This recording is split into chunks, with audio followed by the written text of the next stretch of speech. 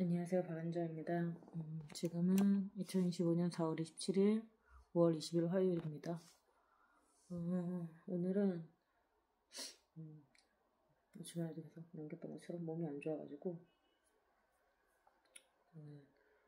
연차 쓴다고 말씀드렸는데 본부장님께서 연차 쓰지 말고 아주 쉬라고 해서 저 0.5개밖에 안 나왔거든요. 마이너스는 땡겨 쓴다고 했는데 연차 쓰지 말고 쉬라고 직권으로 해주셔서 감사하게도 연차 안 쓰고 이제 보통 때는 뭐 해도 될 거 했는데 오늘은 낮에 그럴 상황이 아니었어갖고 열도 오르고 해서 빨리 병원 가서 수액 맞고 뭐 이래야 될 것 같아서 약도 좀 바꾸고 왜 그런지 하고 차도가 있는 게 아니라 항생제까지 먹는데도 차도가 조금도 없으니까 오히려 증상이 더 커지니까 그래서 그렇게 했습니다. 병원 가서 붓기 좀 뽑았네. 병원 가서 사왔고 이 혀 아래쪽에 분해염처럼 하얗게 헐어갖고 그것 때문에 이쪽이 더 아픈 것 같아서 근데 이제 오른쪽도 아프려고 그래서 뭐 알부치 같은 거 약 바르고 이렇게 했는데 여전히 컨디션이 썩 좋진 않네요. 시간이 늦어서 더 그런 것 같아요. 잤어야 되는데 아무것도 안 하고 멍 때리고 생각만 했어요. 의미 없는 생각. 그것도 그냥 과거 눌러보기. 왜 그런지 정신이 나왔나봐요. 미쳤어. 일어나야 되는데 그치? 이런 염증이 나을 리가 있나요? 일찍 일어나야 되는데 자려고 11시, 12시에 모든 걸 마무리했거든요. 한 1시였나? 1시였나 보다. 설거지 마무리한 게 1시였나. 집은 개판인데 그냥 설거지하고 자자 냅두고 잠이 치우서야 되는데 가만히 멍 때리고 앉아가지고 쓸데없는 생각만 한참을 했네요. 지난 회사들 어떤 일들이 있었는지 그 약간 나의 서사 뭐 이런 것들 생각 팔아 반전이 또 재밌더라고요. 내일인데도 재밌더라고요.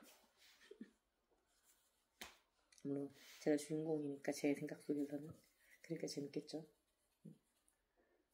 저의 기억은 사실과는 다를 수 있죠. 다른 사람들이 보는 사실과 재밌었어요. 그냥 그런 생각하다가 시계 봤는데 이렇게 된 거죠. 미쳤다 하고 조금 나아지니까 이래요. 수액 맞고 나서 좀 그래도 한숨 돌렸거든요. 그래도 좀 나서 수액 맞을 때 여기 처음에 넣었을 때는 좀 뻐근한데 근데 원래 처음엔 좀 뻐근했던 것 같아서 근데 괜찮은가 했더니 아프지 마시면 되는데 수동시들이 잘 들어가네요. 그래갖고 이제 나가시는데 바꾸시자마자 그때부터 너무 아파지는 거였고 근데 아프더니 그럼 제가 너무 오고 있다가 눌릴게요. 그랬고 너무 아프시면 벨 눌리세요 했는데 그런 데 있는 벨 눌려본 적 거의 없거든요. 근데 예전에 수액 맞을 때안 그랬는데 여기 핸드폰 울리는 것처럼 진동이 느껴지는 기분인 거예요. 너무 아픈 거예요. 아프다. 근데 점점 팔이 저리는 그치 몇 분 있지도 않았어요. 몇 분 있지도 않았는데 쫄릴 만큼 아파갖고 그런 적이 없어서 더 놀란 것 같아요. 놀래서 크게 아픈 걸로 느낄 수도 있었는데 어쨌든 그래가지고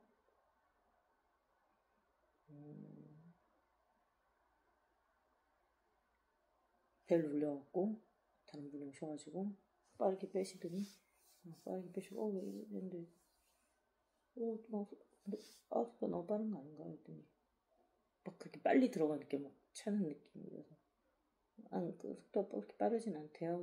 근데 왜 이러지 하시면서 잘 들어갔는데 근데 왜 이러지 하실 수 없는 게 팔이 부었었거든요. 주변이 맞은 데 주변이 그런 데 다니고 그래서 다른데 여기다가 그분 잘 새로 오신 그 다음 분 잘 꽂으시더라고요. 살짝 아프긴 했지만 여기다 훨씬 그냥 넣어서 뻐근한 정도의 아픔 수준을 놓고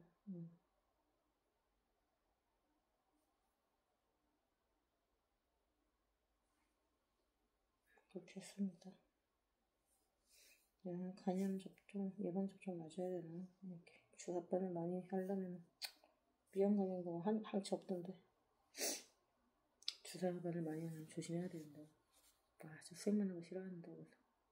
그냥 일반 주사도 싫어하고. 그 간염 이런 것도 아니지만 그냥 주사바늘이 싫어요.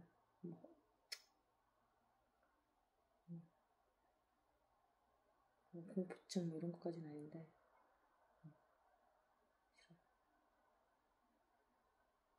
주사 공포증은 뭐라 그러죠?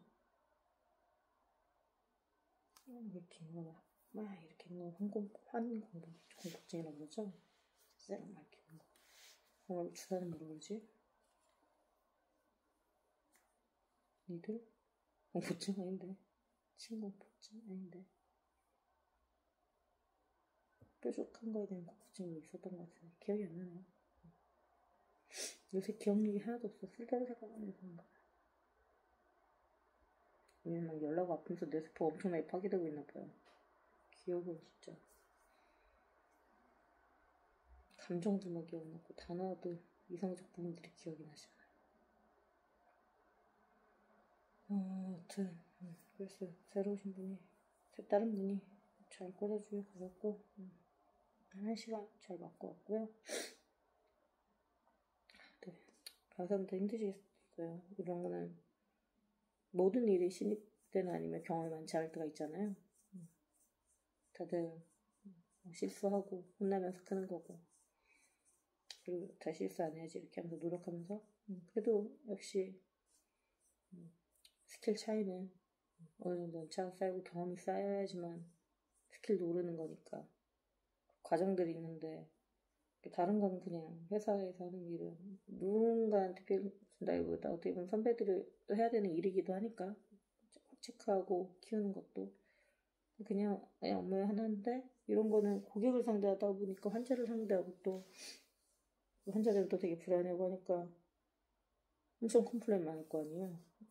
본인들도 죄책감도 클 거고 그런가 모르겠어요.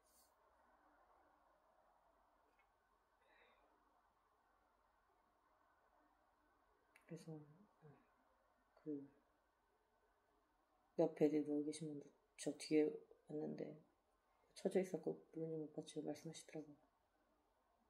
그래도 강사님이 들어와서 너무 다행이에요. 저번에 왔을 때는 다른 분이 있을 때 저 3번 꽂았거든요. 막 얘기하시는데 와, 2번이면 다행인가? 막 그런 생각을 했죠. 그분들 나름 고충했고 환자도 쫄리고 나는 안 걸려라 막 이런 느낌. 옛날에 친구 얘기 들을 때 막 자기 팔에 막 연습하고 막 했다는 것 같은데 진짜 힘든 일인 것 같아요.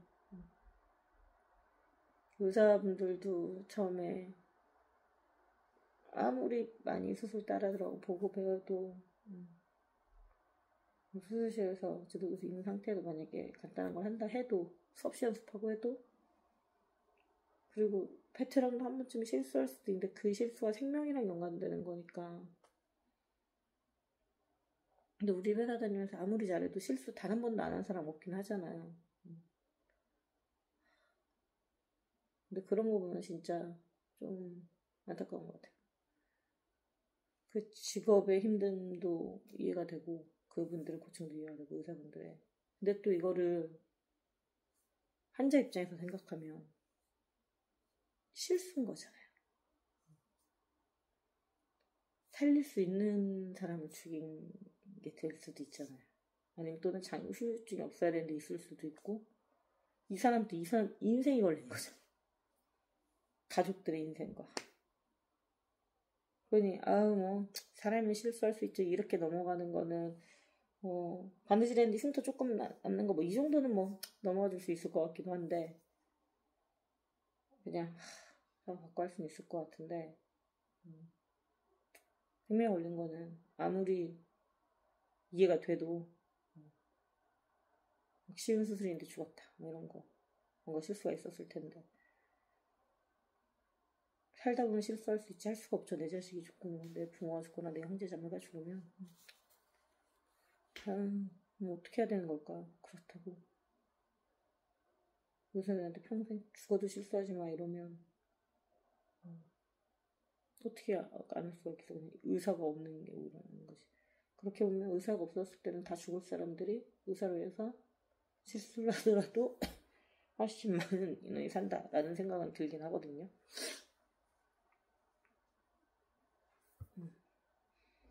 죽을 수도 있고 살 수도 있어. 수술 받든가 말든가 약간 그래서 이런 식인 것 같기도 하잖아요. 보통 수술할 때. 다르고 살든가 뭐 이렇게 하나.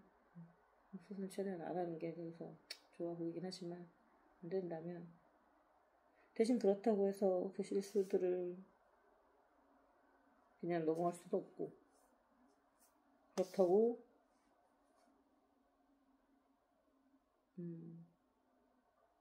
물론 뭐 술을 먹고 실수를 했다거나 뭔가 어쨌든 도의적으로 어긋나는 실수를 했다면 그거는 당연히 안 되겠지만 그게 아니라면 그러니까 그런 보험이 있어야 되지 않을까? 의사를 보험.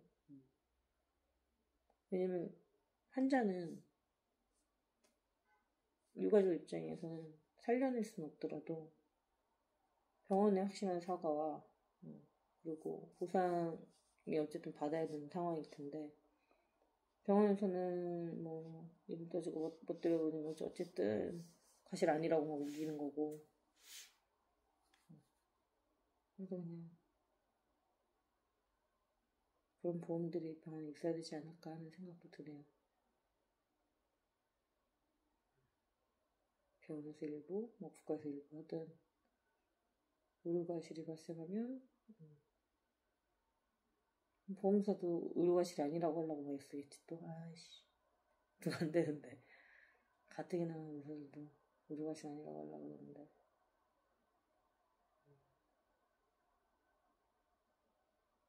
의료과실이 아닌 걸로 사망하면 과실이 아닌 사망 우리 사망하시는 것도 아니고 사망률이 낮은 수술에서 사망하면 이렇게 보는 거잖아. 일반 수술 무슨 수술 막 이렇게 일반 수술 항목도 걸어놓고 여기서 사망시 뭐 이런 걸 걸어야 되려나요? 어렵네요. CCTV를 찍어내야 되죠. 물론 많은 선택들을 가지고 꼬투리를 잡으려는 방향으로 갈 수도 있을 것 같아요. 내가 마음에 안 드는 사람 자르기 위해서. 그러니까 정치권에서 정치로 풀지 않고 사법적으로 풀려고 했던 것처럼 마음에 안 드는 적이 있으면 탈탈 털어서 뭐라도 하나 나오면 그걸 꼬투리 잡아서 괴롭혀서 게임판에서 아웃 시키듯이 의사들 사이에서도 모든 회사도 그렇지만 언제나 정치의 영역들이 있거든요. 라인 뭐 어디로 올라가고 누가 뭐가 되고 뭐 제가 없어져야 내가 되고 뭐 이런 그런 라인들이 있을 거라 그걸 하기 위한 방법으로 이거 뭐 하면서 의사들끼리는 납득할 수 있고 틀린 건 아니어도 뭐 어긋났네 어쨌네 그러니까 절대 100% FM으로는 하진 않을 거라고 생각하거든요. 저는요. 모든 실무가 그렇듯이 물론 FM을 안 한다는 게 해야 할 걸 안 한다는 게 아니라 그 과정이 이거보다 조금 더 단축해서 빠르게 진행하는 것들도 있을 수 있고 조금 더 이걸로 방법이 안 돼서 또 인체는 또 사람도 워낙 다르다 보니까 그 순간순간에 판단들을 해야 되잖아요. 이거에 제일 맞는. 그래서 진짜 어려울 것 같거든요. 이게 무엇일 거라고 수축해야 되고 그거에 맞는 판단들을 빠르게 해서 대응을 해야 되는데 그 판단이 옳았냐 말았냐부터 막 따지고 막 이러면은 의사 입장에서도 힘들 것 같긴 해요. CCTV를 찍고 사고가 발생 시 또는 유가족이 요청 시에만 그러니까 그런 사고가 발생해서 소송 시에만 볼 수 있게 하든가 뭐 어떤 대책들을 마련을 해야겠죠. 소송 시에만 보고 뭐 그걸로 고의 과실이 아닌 경우는 진짜 말 그대로 실수인 경우는 물론 1년에 한도 같은 걸 줘야 될 것 같아요. 이런 중요한 일인데 1년에 한 번 이상 실수하거나 2번 이상 실수하는 건 좀 아니긴 하니까. 그러면 한 명씩 살 사람을 죽일 수도 있다는 것은 어마어마한 거긴 하니까.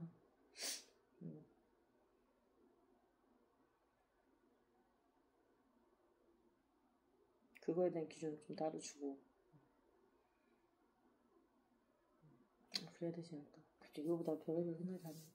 진짜 어려운 직업인 것 같아요. 199명 살려주고, 한 명 못 살려도 속상한 직업이고, 혹여라도 막, 또 실수 하나도 안 했는데도 가족들은 왜 못 살냐, 막 잘못한 거 아니냐, 막 이러면, 인간 혐오 생길 것 같은 직업이기도 해요. 그러다가도 또 인류애가 생기는 직업일 것 같기도 하고, 사람들을 살렸다라는 뿌듯함, 감사합니다, 선생님, 이런 남은 가족들 보면, 이게 영광스러운, 어떻게 보면 기술자잖아요. 근데 영광스러운 기술을 가진 사람이다, 뭐 이런 프라이드. 그러니까 의사는 진짜 프라이드 아니면 못할 것 같아요. 대학병원 의사는. 돈 생각하면 솔직히 의사 되신 분들 돈 되게 많잖아요, 보통. 아니, 돈이 많은 게 아니라 머리 되게 좋잖아요, 의사 되신 분들. 즉, 의대 관련 분들. 만약 돈만 바라고 할 거면 굳이 의사를? 그렇게 빡시게? 그리고 의사 되는 사람도 보통 집안도 어느 정도 되는데. 물론 완전 되는 건 아니죠. 그러니까 그땐 말로 그런 말들 있거든요. 사위나 며느리는 며느리, 의사 사위는 받아도 내 딸 내 아들은 안 시킨다는 얘기들이 보이는 집은 그런 그냥 우스갯소리로 하는 말이겠죠. 그만큼 힘들다. 그만큼 가정도 힘들고 의대 가는 가정도 힘들지만 의대 가서부터 엄청난 진짜 잠도 제대로 못 자고 먹는 것도 제대로 못 먹고 하루에 그 긴 시간들을 버텨서 그걸 하는 건 솔직히 저는 프라이드 아니면 못한다고 보거든요. 돈만 바라보고 그걸 한다? 그 말이면 지금 그리고 여기서 의사분들 많이 버시긴 하겠는데 사업 훨씬 더 많이 벌지 않나요? 비교도 안 될 텐데.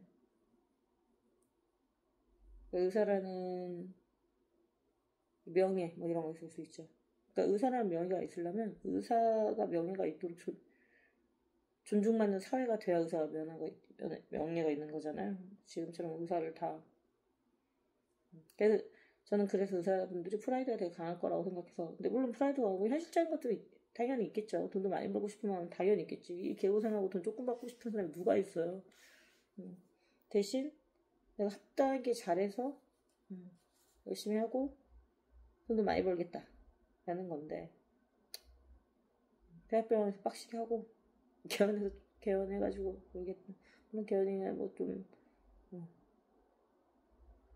더 여유 있는지 뭐 어떤지 모르겠으나 그래서 거의 퇴근은 있으니까 그럼 개인분들 선택이실 거고 그렇게 많이 하면 솔직히 그쪽도 병원도 서울 같은 경우는 또 지방은 없어서 문제니까 서울은 또 근데 엄청 많아서 그렇게 개원한다고 그렇게 떼돈을 벌 것 같진 않거든요. 물론 일반 평균보다는 많이 벌겠죠.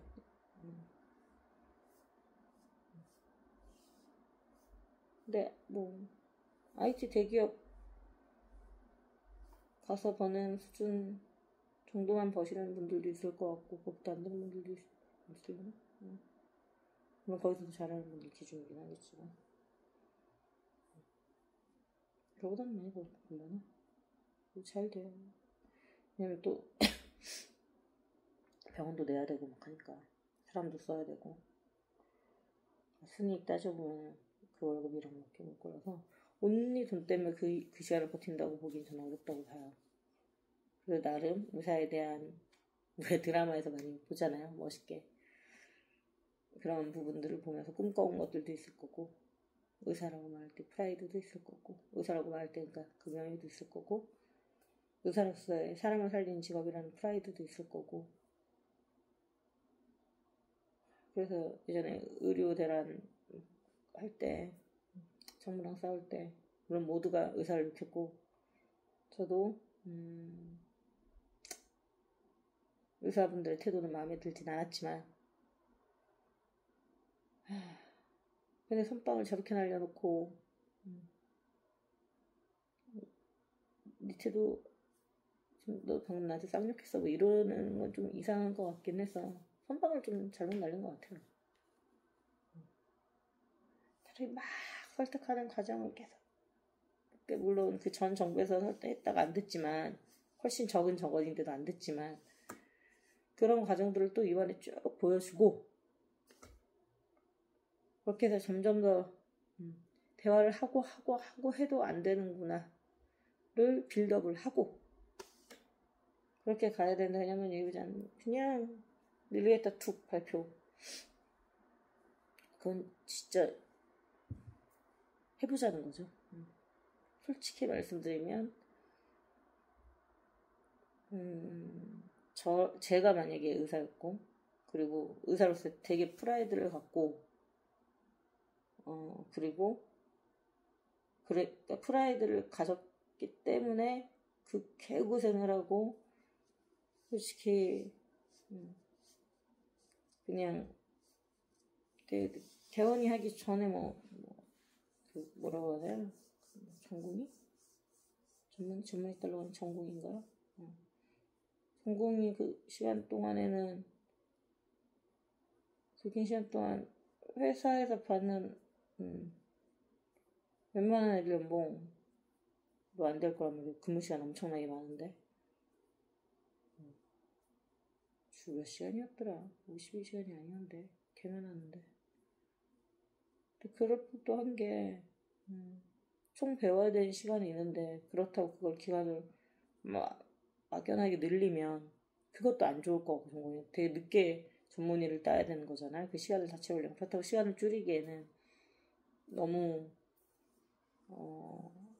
전문 지식을 채우는 그 시간이 힘들 테니까, 시간을 가만히 놓는다면, 땡기기 위해서는 막 쉬게 해야 되는 거라.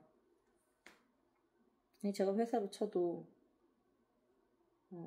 내가 죽도록 일했는데, 물론 내가 월급 받으려고 한 것도 있지만, 남들 그렇게까지 안 했는데 내가 만약 되게 열심히 했다.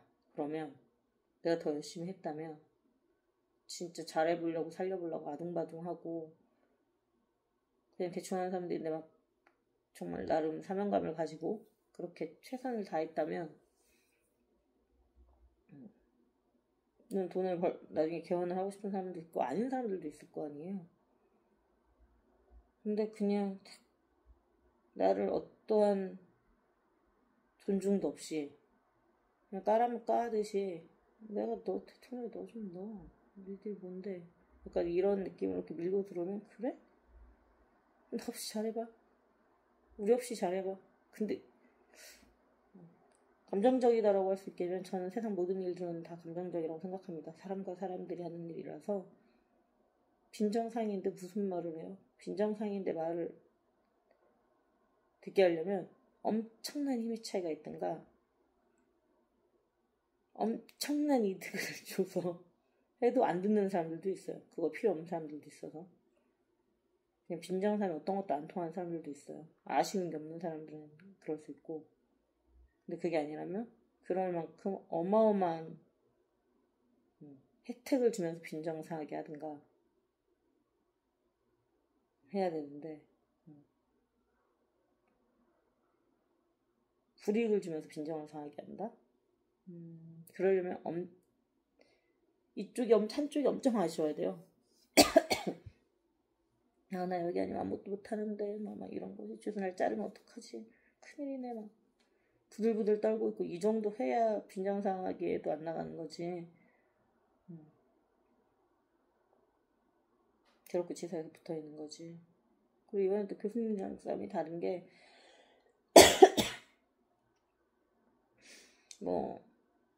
나이가 드신 분들은 보통 가족을 책임져야 되고 월급이 어쨌든 생계일 테니까 물론 잘 사시는 분들이 많긴 하겠지만 그렇기 때문에 길어지면 사실 시간적으로는 불리할 수는 있을 거라고 생각을 해요. 아마 정부는 그렇게 생각했겠죠? 시간은 우리 편이다? 근데 저는 아니라고 생각하거든요.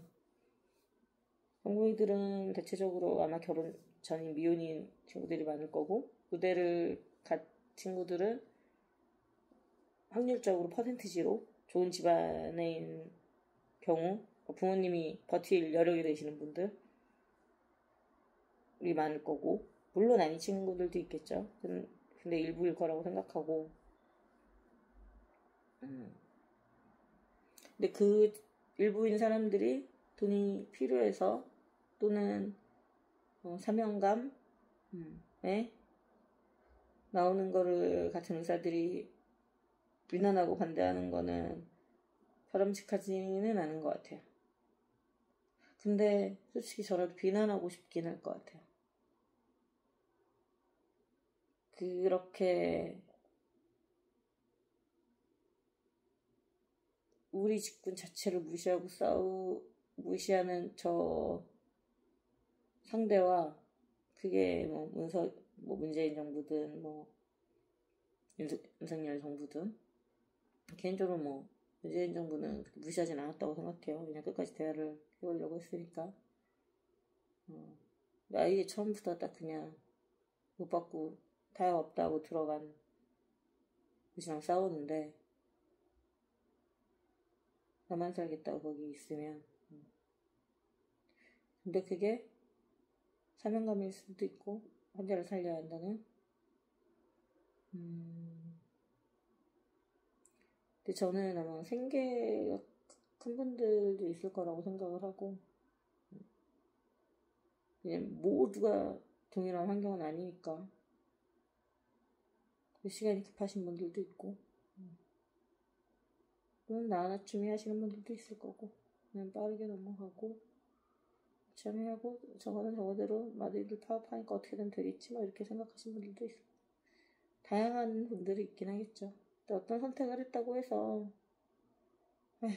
그냥 술 한잔 하면서 친구들끼리 욕하는 거라 그거를 공식적으로 비난하는 건 좀 다른 문제이긴 해서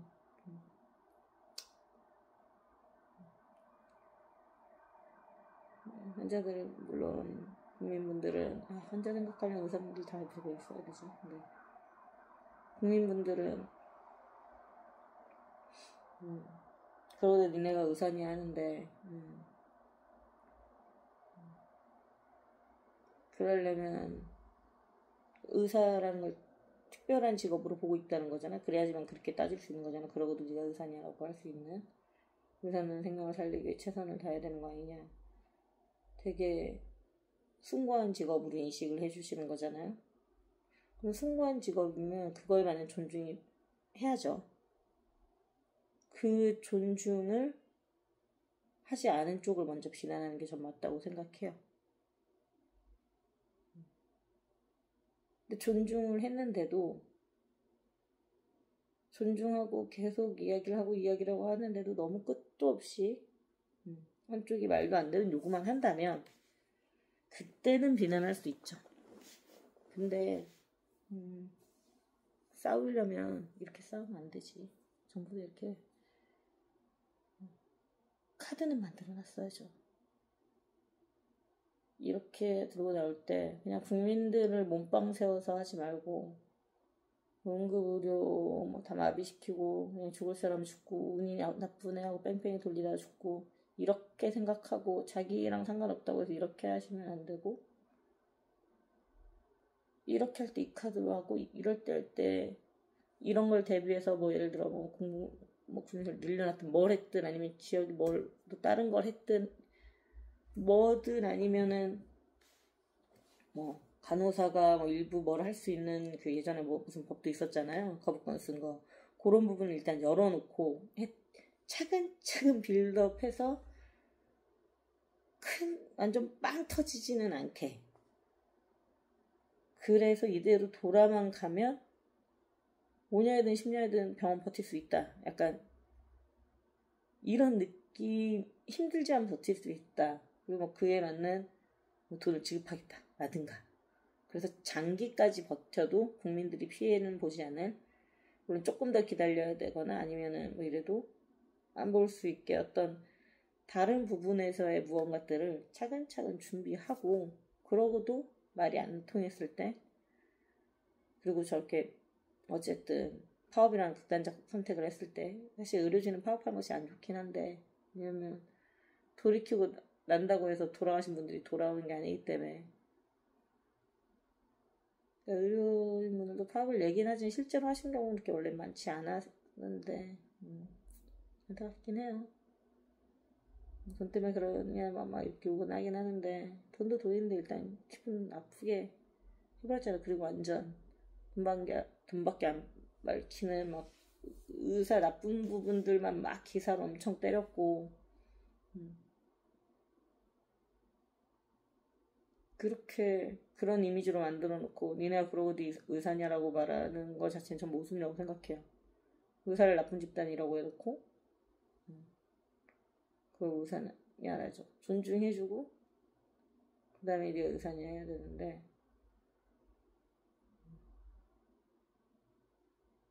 먼저 존중이 없었으니까. 그리고 계획도 없었고 무계획으로 그냥 들이거든. 그렇게 갑자기 이거 무슨 용산 이전하는 거랑 거의 다를 바가 없는 것 같아요. 계획도 없어. 그냥 밀어붙인 다음에, 물론 때로는 그래야 되는 일들이 존재할 수도 있죠. 시간과 타이밍, 뭔가 시간과 타이밍 똑같은 말이에요. 타이밍이나 이런 것들로 인해서.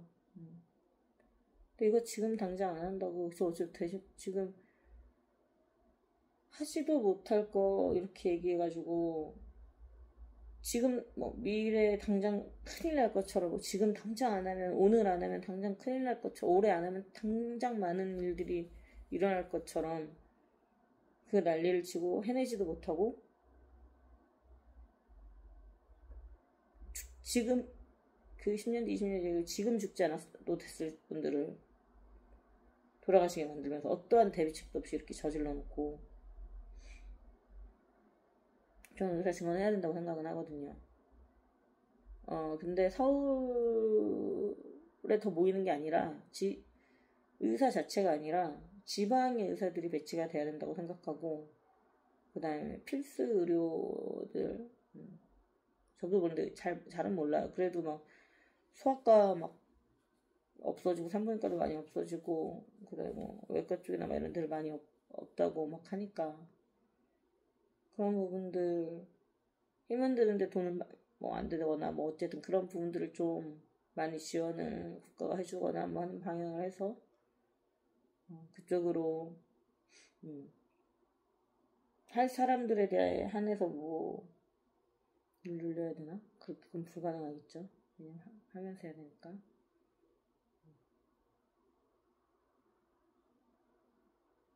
무슨 전형으로 해서 들어오면은 그과만 가도록 해야 되나? 지원 안 하면은 돈 다 돌려주는 걸로 난데, 돈은 있는 사람들일 수도 있으니까. 합격을 취소하는 뭐 법적으로 문제가 되려나? 왜냐면 그때 얘기한 것처럼 대학에서 몇 년간은 지방에서 근무해야 되는 그 대학을 들어가면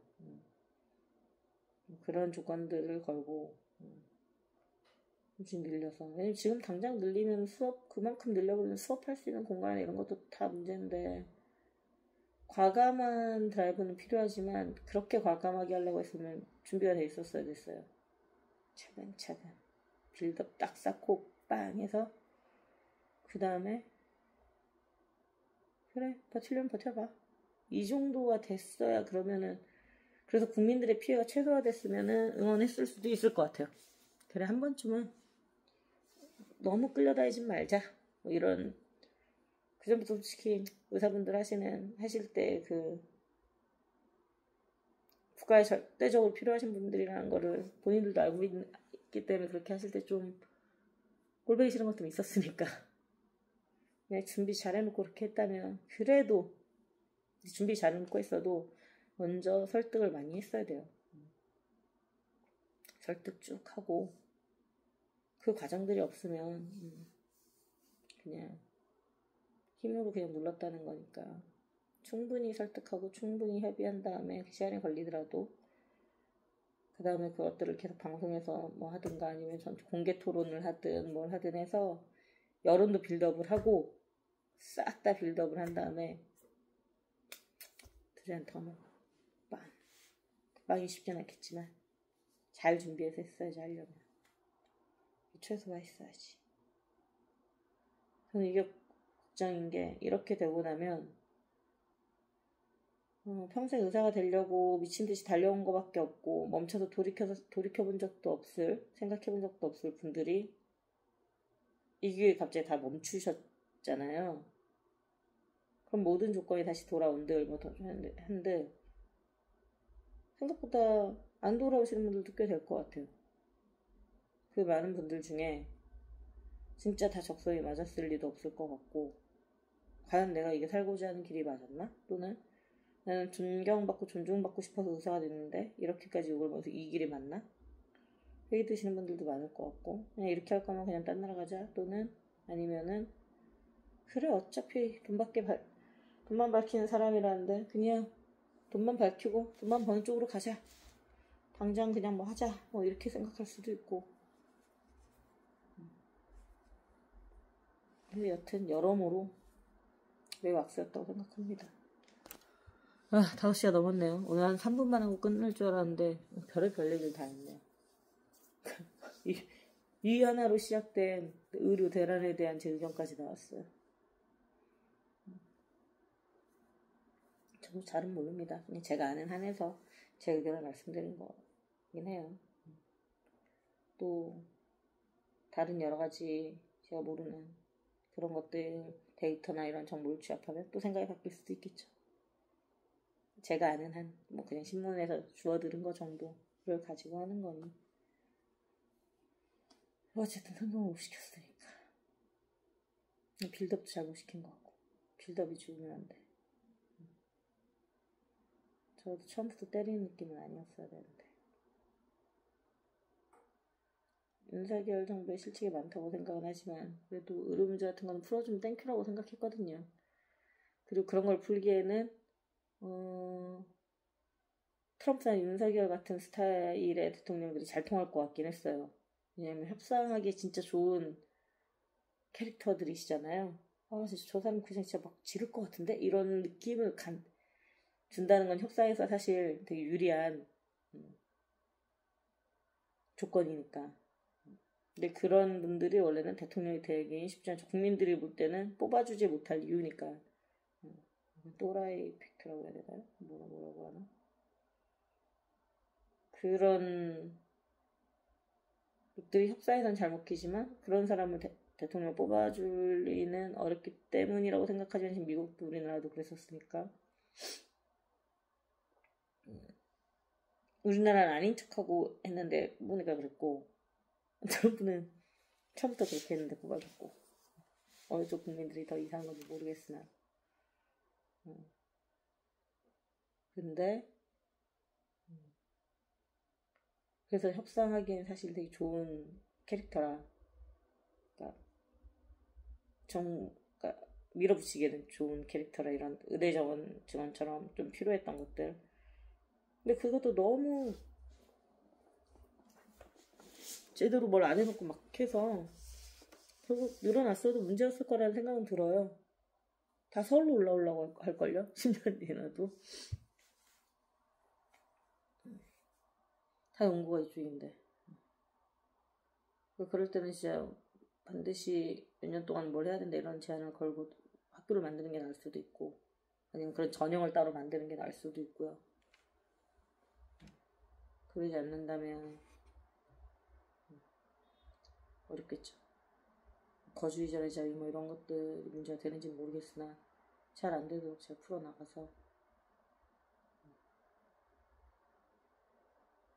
서울로 담으면 다 의미 없고 게다가 출산율 줄는 것까지 감안하면 이건 이렇게 계속 늘어나고 의사는 계속 이렇게 늘어나고 이렇게 계속 늘어나고 그러니까 뭐 저는 지금 폼 얘기한다고 하는데 의사는 계속 이렇게 늘어나고 출생률은 줄고 어느 시점에 대해서 완전 확 줄어야 되는 상황이 올 거라 늘리고 감소시키는 형태로 2,000명에서 계속 2,000명에 좀 감소시키는 형태로 가든가. 왜냐면 꽉 찼어 다음부터 확 반만 뽑자 이러기에는 너무 사회적인 리스크가 크지 않을까요? 그리고 추가적인 것들도 좀 대비를 해야 될 것 같고, 오히려 재난이나 이런 거에 대한 것 때문에 또 강화를 하긴 해야 될 부분들도 있을 것 같긴 하고요. 기후 재난이나 뭐 이런 것들로 인한, 또는 생각지 못한 코로나나 이런 전염병에 대한 거나 그런 부분들을 생각하면 조금 여유분을 갖고 있는 게 나을 수 있다고 생각은 하는데,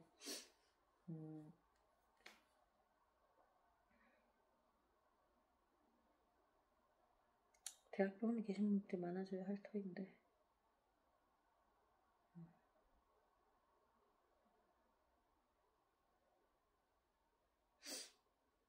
이번 전공에도 시간 좀 교수님들도 많으셔가지고 교수님들 좀 많이 뽑 돈이 들더라도 그런 돈을 제가 교수님들 좀 많이 뽑는 건 어떨까 싶기도 하고. 다 교수님 하실 수 있는 분들 다 개인 병원 가셔갖고 뭐 개인 병원도 당연히 중요하죠. 근데 큰 수술을 잘 하실 수 있는 분들, 꼭 그만큼의 스킬이 필요하신 분들이 그만큼의 스킬이 필요 없는, 물론 거기서도 수술하시고 이렇게 하시겠지만 보통 큰 수술들은 큰 장비나 이런 것들 때문에 대학병원에서 많이 하잖아요. 그렇다면은 뭐 그런 것들도 생각해 봐야 되고, 그리고 고령층이 많이 늘어서 의료가 많이 필요할 거다라는 기사도 있는데, 그건 또 별개의 방법으로 풀어야 되지 않나 싶긴 해요. 물론 큐어도 중요하지만 의료인구 증가는 케어가 진짜 중요해질 거거든요. 케어를 잘해서, 그러니까 돌봄을 잘해서, 맞나? 케어가 돌봄이 맞을까요? 돌봄을 잘해서 치료의 상태로 가지 않는 상태로 계속 돌보는, 예를 들면 어르신들이 자주 뭐 모여서 즐겁게 노실 수 있거나 뭐 막 이러한 것들을 많이 만들어서 뭐 의료복지회나 이런 데를 가셔갖고 즐겁게 프로그램, 지금도 서울 이렇게 보면은 구청 근처에서 그렇게 하는 것들 많거든요. 그런 것들을 통해서 사람이 집에만 있으면 아프니까 자꾸 활기차게 무언가를 함으로 인해서, 또는 자잘한 소일거리든 뭐든 하면서 서로 윈윈할 수 있는, 뭐 지하철이나 뭐 무상으로 저는 타는 거는 찬성이라서. 왜냐면 그러지 않으면 그 연세분들, 전쟁 세대를 겪은 분들은 물론 앞으로는 좀 달라질 수 있는데, 앞으로는 조금씩 바뀌어서 저는 상관없을 거라고 생각하는데, 좀 미래에는 제가 나이가 들었을 때는 그 정도까지는 안 해도 될 것 같긴 한데, 뭐 예를 들어 100원을 내야 된다고 해도 저희는 그냥 탈 테니까 일부만이라도 내라 뭐 이런 얘기들이 있는데, 지금 이 세대 분들은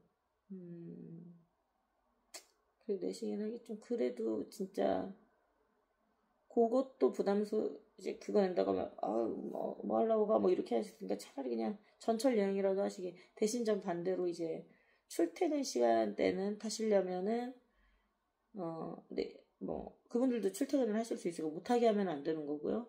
그때는 비용을 좀 지불을 하게 하고, 그러면 그때 움직이시는 분들은 적어도 네, 지하철 여행하려고 타시는 분들은 없을 테니까, 그러면 서로가 조금 납득이 가지 않을까요? 젊은 사람들이라고 해서 어르신들 무조건 공짜로 타는 거 싫어요가 아니라, 가뜩이나 출근하는 것도 지옥인데 이제 막 등산 가시고 이런 분들까지 그 시간에 다 같이 타면 그러니까 사는 게 힘들어서 다른 사람을 배려하기가 힘든 거거든요. 내가 지금 지옥에 사는데 무슨 누굴 배려하겠어요.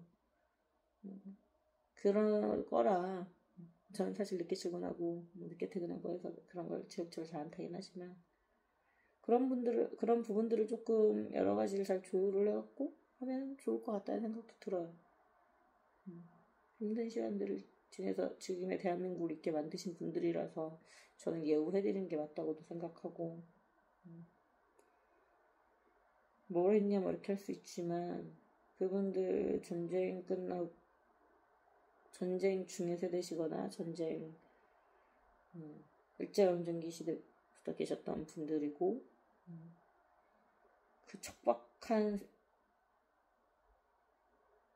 그래서 뭐 예를 들어 물론 박정희 대통령이 뭐 그런 경제 발전을 시키다 라는 말이죠. 근데 그걸 누가 하는데 똑같은 사람이 만약에 박정희 대통령이 필리핀 가서 똑같이 해냈을까? 전 모르겠어요. 이건 정말 어마어마한 국민들이 그러니까 어르신들이 오직 미래만 보고 내가 지금 고생하면 내 자식은 잘 살 것이다. 과연 그게 우리 세대한테들도 또는 우리보다 젊은 세대들 20대, 10대 세대들도 지금 우리가 같은 상황에 놓으면 같은 걸 선택할 건지, 나 애 안 낳을 건데 이게 더 많지 않을까. 난 애 없는데 난 결혼 안 할 건데. 저도 결혼을 이번에 안 할 생각이지만 그래도 우리가 결혼을 안 하고 애를 안 낳더라도 미래는 그래도 아이들은 계속 존재해야 되니까 내가 안 낳는 거지. 그런 생각을 해봐야 될 일이 아닌가 싶습니다. 그리고 자신의 행복이 아닌 다음 세대 행복을 위해서 막 하루에 18시간, 17시간씩 뭐 일하고 16시간씩 일하고 제대로 일어나지도 못하고 계속 앉아갖고 미싱해 뭐해 뭐 광산 캐고 막 하여튼 많은 것들을 지금이면은 전부 다 노동청 신고감인 하라고 해도 절대 못해 막 이걸 내가 왜 할 만한 그 어마어마한 고생들을 그분들은 하신 거니까 그 덕분에 우리가 교육을 받았고 교육을 받았기 때문에 그래서 안 된다는 것들도 알고 이렇게 해야 된다는 것들도 알고 어떻게 보면 조금 더 인간답게 살아야 되고 서로의 매너도 뭐 많은 것들을 배운 거잖아요. 근데 그 시대 분들은 그러지는 못하셨으니까 물론 우리가 보기에 위생적이나 많은 부분들이 마음에 안 드는 것들도 있고 왜 이렇게 생각이 없어 하는 부분들도 있긴 한데 답답한 부분들이 없지는 않죠. 저도 많이 싸웁니다 부모님이랑. 하지만 그건 지금 잣대로 그분들의 삶을 판단하는 거라고 생각해요. 지금 잣대로 그분들의 지금 수준에서 교육받고 그러니까 나와 동일한 수준의 교육과 나와 동일한 수준의 환경에서 크셨다는 가정하에 비난을 해야 하는 건 나랑 다름없는 거라서 저는 약간 불공평하다고 생각하거든요. 그럼 반드시 그 과실을 어쨌든 맛본 저희가 분명히 일부분 양해하고 들어가야 되는 부분은 있다고 생각을 합니다. 별의별 얘기가 다 나왔네요. 어쩌다가 노인까지 나왔지? 의료 문제 하다가 노인 증가로 인한 의료 대란 뭐 이런 거 얘기할 때. 그래서 저는 그런 부분도 좀 많이 나눠가져야 된다고 생각을 하고요. 돌봄이 되게 중요한 역할을 해야 될 것 같고, 그래서 진짜로 아니어도 그런 노인 케어하는 곳들이 좀 많이 활성화가 돼야겠죠. 물론 다 돈일 건데 이게 복지 정책으로 뭔가 좀 잘 들어가면 좋을 텐데 엄청난 돈이 들긴 할 거라.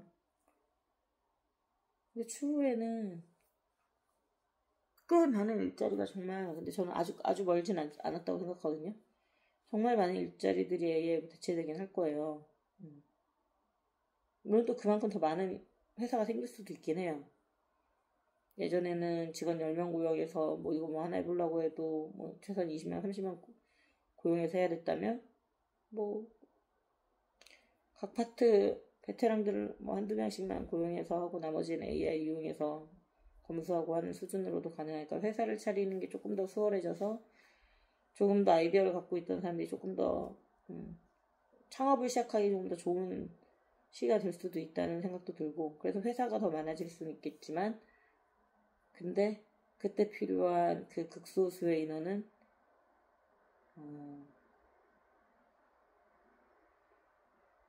인공지능을 이 답을 주길 바라는 사람이 아니라 인공지능한테 일을 시키고 그 일이 제대로 잘 된 거 맞는지 검사할 수 있는 실력이 있는 사람이기 때문에 결코 저는 신입들의 일자리는 아닐 거라고 생각하거든요. 그렇다면 신입들의 일자리는 진짜 많이 줄 수 있어요. 인공지능이 신입이나 대리급 정도는 커버가 될 수준이라. 그리고 실제로 때로는 더 높은 직급들이 모르는 부분들도 잘 찾아요. 왜냐면 모든 분야의 전문가들은 아니니까.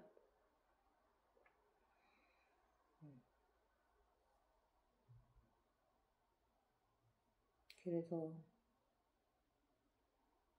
결국 많은 일자리들은 필요할 거고. 그래서 시간이 지나면 지날수록 사람은 사람 대면하는 쪽으로 가지 않을까 싶어요. 물론 이제 옛날에는 기계 자동화되어 있는 곳을 쓰는 것들이 약간 비싼 곳이 있다면 왠지 그냥 미래 상상하게 한다면 10년 뒤에는 사람이 사람을 상대해 주는 것이 굉장히 프리미엄 그러니까 막 되게 상류층 같은 느낌이 드는 그런 것들, 그러니까 엄청 비싼 고가의 것들은 사람이 대응하고 그러지 않을까 싶어요. 그냥 일반 가게나 이런 거 그냥 서빙 로봇이 서빙하고 그래서 반대로 아주 많은 일자리들이 그런 쪽으로 생길 수도 있고요. 사람이 사람을 케어하는 쪽으로. 사무직이 줄 수도 있고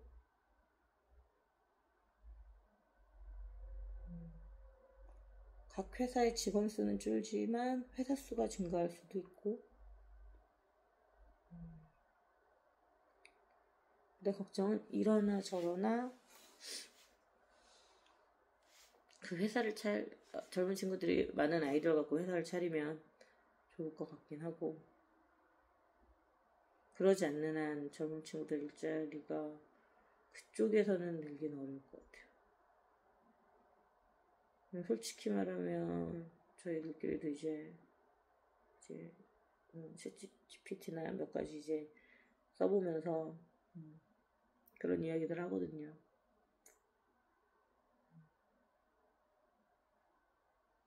신입 쓰는 것보다는 내가 만약 그래도 신입 공부다 그냥 이거 먹게 해서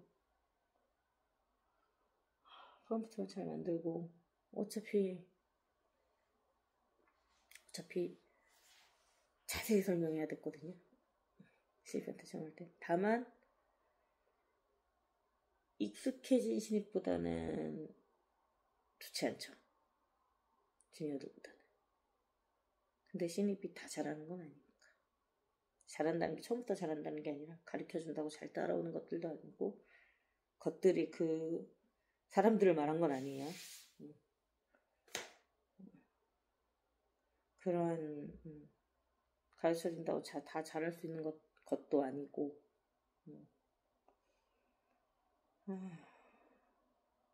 게다가 또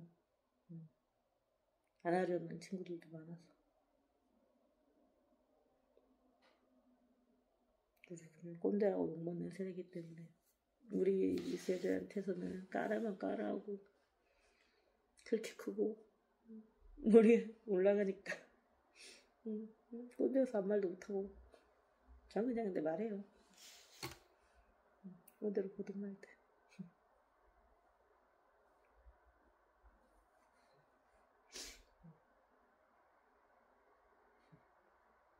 물론 출퇴근이나 이런 거는 더 참합니다. 관심도 없고 그냥 일만 잘하면 돼요. 제 비위 맞춰줄 필요도 없고 대신에 아니라고 생각하는 것들은 그냥 차갑게 얘기해요. 조금 기분 나쁠 수 있어도 차갑게는 아니고 그렇게 받는 사람 입장에서 차가울 수 있죠. 이건 이렇게 하면 안 돼 라고 말하는 게. 근데 물론 다행히 저랑 같이 일하는 후배는 그렇게 받아들이진 않은 것 같아서 천만 다행이고 말이 잘 통해서 다행인데 또 아닌 사람들도 있을 수는 있으니까. 아직 그런 피드백을 받아본 적이 없었고 모르긴 하겠는데, 그런 피드백은 보통 안 하잖아요. 상사한테 누가 그쪽은 너무 꼰대라든가 너무 그렇게 하세요라고 피드백을 하겠어요. 전 회사 후배들도 어쨌든 모임 때는 다들 나오고, 저 때는 아니어도, 저도 너무 싫어하는 사람이 있으면 안 나올 법도 한데, 어쨌든 너무 싫은 쪽엔 안 꼈을 거라는 믿음. 하지만 꼰대는 맞다는 거. 왜냐면 그 시절에도 까라면 까르를 잘 안 들었기 때문에 그나마 애들이 까라면 까르 싫다는 거는 저도 동의해요. 저도 싫어요. 납득을 시켜야지. 뭘 깔 줄 알고. 내가 이제 뭘 까면 어떡하려고. 물어보면 화내는 사람들은 대체적으로 자기가 시킨 게 뭔지 잘 모르는 사람들이에요. 그렇게 생각하면 돼요. 근데 왜 해야 되죠? 라든가 이걸 뭐 어떻게 해야 되죠? 라고 물론 정중하게 여쭤보셔야 돼요. 갑자기 신입들한테 또 꼰대짓 하고 있는데 어린 친구분들한테 이거 왜 해야 돼요? 이렇게 나오면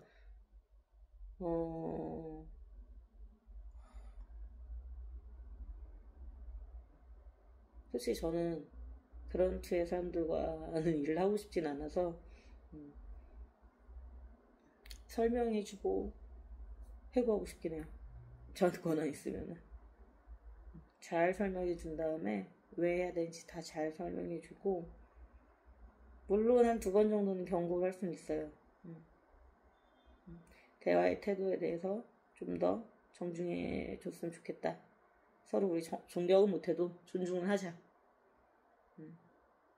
존중은 하시죠? 하고 2번 정도는 경고하겠지만 만약 3번째 태도가 그렇다. 그럼 저는 어차피 그런 투면은 저는 같이 일할 것 같긴 하고 자르는 건 뭐 회사가 알아서 하겠지만 그거 뭐 법적으로 뭐 자르기 힘들음에도 어쨌든 이 정도 짬되면은 저 사람이랑 일 안 하겠다 정도는 가능하니까 안 되면 나가는 거죠. 그런 거죠. 인생 뭐 있어요. 못하는 사람은 안 하는 거지. 그래서 그런 경각심도 좀 있었으면 좋겠어. 뭐 어쩌고 자르면 나가면 되지 라고 신입분들 생각하실 수는 있을 것 같아요. 그래서 그렇게 하시는 건지 모르겠으나 근데 뭐 드라마나 이런 데서만 봐서 그렇고 저는 현실에서는 딱히 못 보긴 해서 그런 분들을 별로 인터넷 글이나 이런 데서만 봤지. 근데 물론 가끔 보면 방어 기제가 강하게 보이는 분들은 있어요. 그래서 인터넷으로 뭘 배운 거야 막 이런 느낌. 이거 하나 해주면 다 시킨대 막 이런 느낌이잖아요. 난 단 하나도 안 해야지. 그냥 시작부터 안 해야지 막 이런 분들은 그런 느낌이 드는 행동들이 있는데 안 돼요. 하나 시켰더니 이것저것 다 시키면 그때 발톱 보여도 돼요. 근데 보통의 사람들은 그렇게까지 나쁜 사람들이 더 많진 않아요. 일은 만약에 시켰더니 좀 더 한다. 그러면은 그건 그렇게 하고 연봉을 더 주겠다는 뜻으로 받아들이면 되는 거고 그러면 그걸 가지고 확실하게 딜을 하시든가 아니면 나는 일을 더 많이 하고 싶으면 그거는 중간사람이 이렇게 조금씩 잘 본인이 시간 조절하면서 하면 되는 건데 뭐 예를 들어 뭐 밥 먹으러 가서든 뭐 소주 하나 놓든 뭘 하든 저쪽에서 뭐 반찬을 가져갔으면 이쪽에서 뭘 하고 뭐 할 때 어떻게든 안 해보려고 하는 에너지 너무 쓰지 마세요. 짜증만 나고 별로 힘들지 않은 거는 그냥 하는 게 내 마음도 편하고 사람도 긍정적으로 바뀐다. 물론 저도 신입 때 뭐 안 했어요. 저 고기도 안 구웠고 구울지도 모르고 근데 그 말이 얼마나 꼴보기 싫었을지는 알 것 같아요. 근데 저도 저 구울지 몰라서 안 구워는 안 했던 것 같아요. 찝게 했는데 근데 제가 잘 못 구워서 맛이 없을 수 있을 것 같은데 이런 느낌. 굽는 게 싫은 게 아니라 내가 맛없게 구워서 다른 분들 피해를 볼까봐 그게 걱정이. 그러니까 그 태도면은 저는 괜찮을 것 같긴 해요. 근데 저 이런 거 잘 못해서요 이러면은 저는 이런 분 있잖아. 그 후배는 안 그러기랬는데 난 만약 그렇게 나오면 그래 못하는 사람이 연습해야지. 잘하는 사람들이 해서 뭐해. 못하는 사람들이 연습해야지. 라고 해서 잘할 때까지 굽게 만들 수도 있다고. 근데 물론 저는 고기를 굽는 회식을 가는 걸 별로 안 좋아해요. 어릴 때도 그랬고 지금도 그렇고 제가 귀찮아서. 그래서 저도 누가 굽든 저보다 윗분이 구울 때도 있고 아랫분이 구울 때도 있고 뭐 제가 구울 때도 있고 하는데 누가 굽든 불편해요. 위는 위여도 불편하고 아래는 아래여서 불편하고 제가 구워도 제가 구워서 불편하고 즐기려면 그냥 구워주는 회식으로 갈 때는 고깃집을 안 가든가 아니면 구워주는 고깃집을 가는. 그래서 저는 뭐 소수 친한 사람들끼리 서로 다 합의가 돼서 가는 건 상관없는데 빠질 수 없는 공식 회식은 저는 구워주는 고깃집 아니면은 안 가는 게 맞다. 한 표. 가자고 우기실 분들이 있으면 그분들이 구워라. 정도. 어려워요. 서로 다 불편하거든요. 그러니까 딱히 뭐 많이 할 거 없으니 인터넷에서 뭘 보셨는지 모르지만 그렇게 가드 올리고 조금 더 피해 안 보려고 애 안 쓰셔도 돼요. 그게 결국 나중에 더 손해가 될 거예요. 그런 사람으로 인식되고. 제가 되게 계산 정확한 사람이었는데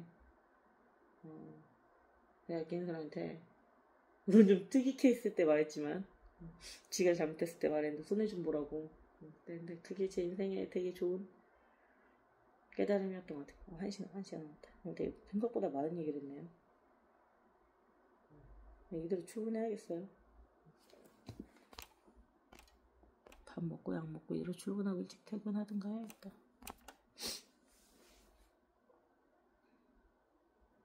잠도 안 오고. 그 정신줄 났나봐요. 정신줄 놓은 것 같아요. 그쵸? 잠도 안 오고 아프기만 하고 말 많이 해서 생각하는 것 같은데. 옛날 얘기 죽을 때가 됐나? 옛날 얘기하니까 재밌네. 얘기는 술술 더 잘 나오네요. 약간 더 거리끼는 게 원래 있었는데 오늘 조금 더 거리낌이 없어진 것 같아. 무슨 얘기를 하는데 말은 힘이 있다 보니까 좋을 때가 됐나라는 건 생각할게요. 이제 건강해지겠지? 맞아, 건강해지자. 그리고 오늘은 일 잘하자. 그래서 청소 좀 하고 하나씩 정리하자. 다 잘 될 것이다.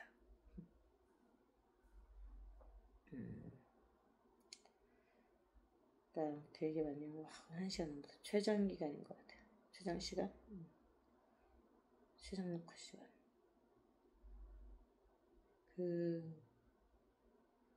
손해를 보고 산다는 게 저는 손해도 보지 않고 손해도 주지 않는, 피해도 주지 않는 삶을 20대까지 당연하게 생각하고 살았고 그게 거의 제 기준이었으니까요. 이기주의는 돼지한테 개인주의로 살자. 개인주의로 살고자 하는 성향인 거죠. 살자 뭐 이것까지 아니고 그냥 타고난 성향이었던 것 같아요.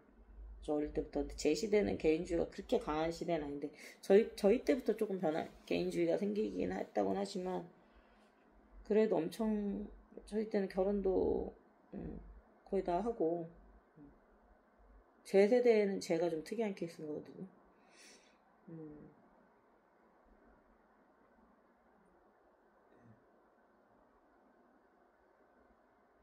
그래서 솔직히 저는 어린 친구들에 대해서 친구들 얘기할 때 그럴 수도 있지 약간 싶은 것도 있어요. 그때도 전 좀 약간 이상한 편이긴 했어서. 다만 불필요한 것들로 그리고 불합리한 명령을 할 땐 그거에 대해서는 거절을 해야겠지만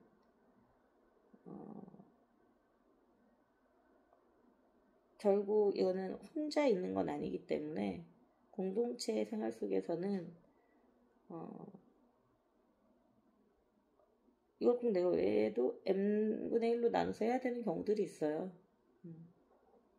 난 이거 하려고 온 거 아닌데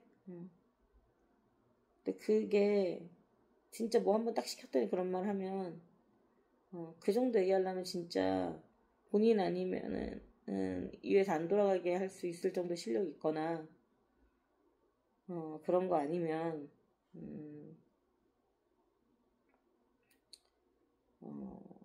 진짜로 부당한 예를 들어 업무를 계속 다른 걸 준다거나 뭐 A라는 업무를 뽑았는데 계속 막 B를 주려고 계속 B를 준다거나 아니면은 나한테 맞지 않는 걸 준다거나 이럴 때 그리고 그런 모든 것을 어느 정도 반복됐을 때 그 느낌이 올 때는 오히려 초반에 한번 가도 되는데 정중하게 항상 뭐든 첫 번째 말은 정중하게 가는 게 가장 맞고요. 정중하게 단호하게 말씀하시고 아니 이거 하나 열어주면 앞으로 뭐 다시 개의치 않은 것 때문에 뭐 예를 들어 뭐 탕비실을 청소해라 뭐 이럴 때 물론 하기 싫죠. 커피도 안 마시는데 막 이러고 싶기도 하고 저도 하기 싫어요. 저도 팀 바꿈 안 해서 얼마나 개땡큐인데요. 팀을 혼자라 갖고 하지만 해야 되는 조직에 들어있을 때는 그냥 하는 거예요. 물론 친구들끼리 욕할 수 있죠. 아씨 뭐 이런 걸 우리가 직접 해 이러면서 할 수는 있는데 굳이 만약 그걸 진짜로 공식적으로 와서 커피 안 마시니까 뭐 탕비실 청소 안 할게요 이렇게 나온다. 그래. 화장실을 가니까 너 화장실 청소해. 이럴 수도 있는 거거든요. 진짜로. 정말로. 다른 사람들도 화장실 가잖아요. 탕비실 청소한다는 조건으로 빼주는 거야. 뭐 이렇게 가면 뭐 할 만한 거. 뭐 화장실은 누가 청소해야죠. 뭐라고 싸워봤자. 사실 싸움은 어지간하면 회사가 이겨요. 본인이 이기려면 본인 실력이 엄청나게 좋아야 돼요.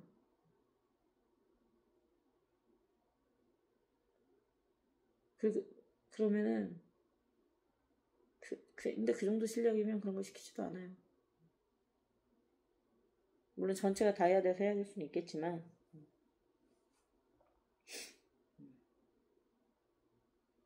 그러니까 쓸데없는 거에 감정 소비할 시간에 그런 건 부당하죠. 다 안 하는데 나만 하라고 하면 다 탕비실 청소 안 하는데 커피도 안 먹는 나 혼자 청소하라고 하면 그건 부당하죠. 그런 건 따질 법하죠. 여쭤볼 법도 하고 그걸 만약에 그런 부서로 내가 뽑힌 게 아니라면 넌 앞으로 청소를 하게 될 거야 라고 먼저 듣고 뽑힌 게 아니라면은 그걸 내가 어그리한 게 아니라면 뭐 그런 거는 말할 수 있겠지만 보통 그런 경우는 없을 것 같고 뭐 저는 너무 일반적인 경우들을 얘기할 수도 있고 아마 제가 그 개발회사다 보니까 좀 그렇게 막무가내인 분은 조금 더 적은 편이긴 한 것 같아요. 그러다 보니 그러네. 또 일반 회사들이나 다른 회사분들은 좀 보수적인 회사분들은 여전히 좀 강할 수는 있겠네요. 개발 회사들은 좀 그런 게 좀 덜 수직적이기도 하고 물론 종종이 있어요. 근데 덜 수직적이고 덜 비합리적 그다음에 논리적이지 못하고 논리 싸움에서 지면은 지지를 칠 수밖에 없는 그런 분위기긴 해요. 그거 아니면 우겨갖고 하는 경우들이 있긴 한데 지지를 받지 못하죠. 그럼 논리가 무너지면 끝이거든요. 까람까 이런 거 잘 못해요. IT 쪽. 그래서 좀 그렇게 생각을 했나 보네요. 물론 있긴 있었어요. IT라고 없는 건 아닙니다. 인간사 다 모였으면 다양한 분상들이 있으니까. 하여튼 그렇습니다. 얘기하려면 아예 더 해야 될 것 같은데 출근을 하면 가지.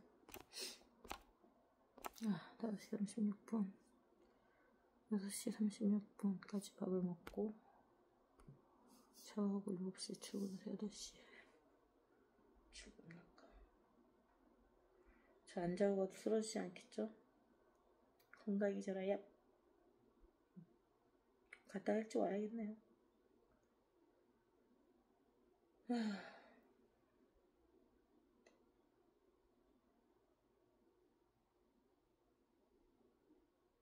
오늘 감사한 일 3가지 할게요. 첫 번째 감사한 일은요. 그래도 수행 먹고 바꾼 약으로 조금 열도 내렸고 오늘 열도 올라왔고 해열제도 2개 넣어주셨거든요. 그거 감사하고요. 두 번째 감사한 거는 오늘 그래도 쉴 수 있게 해주신 거 감사하고 세 번째 감사한 거는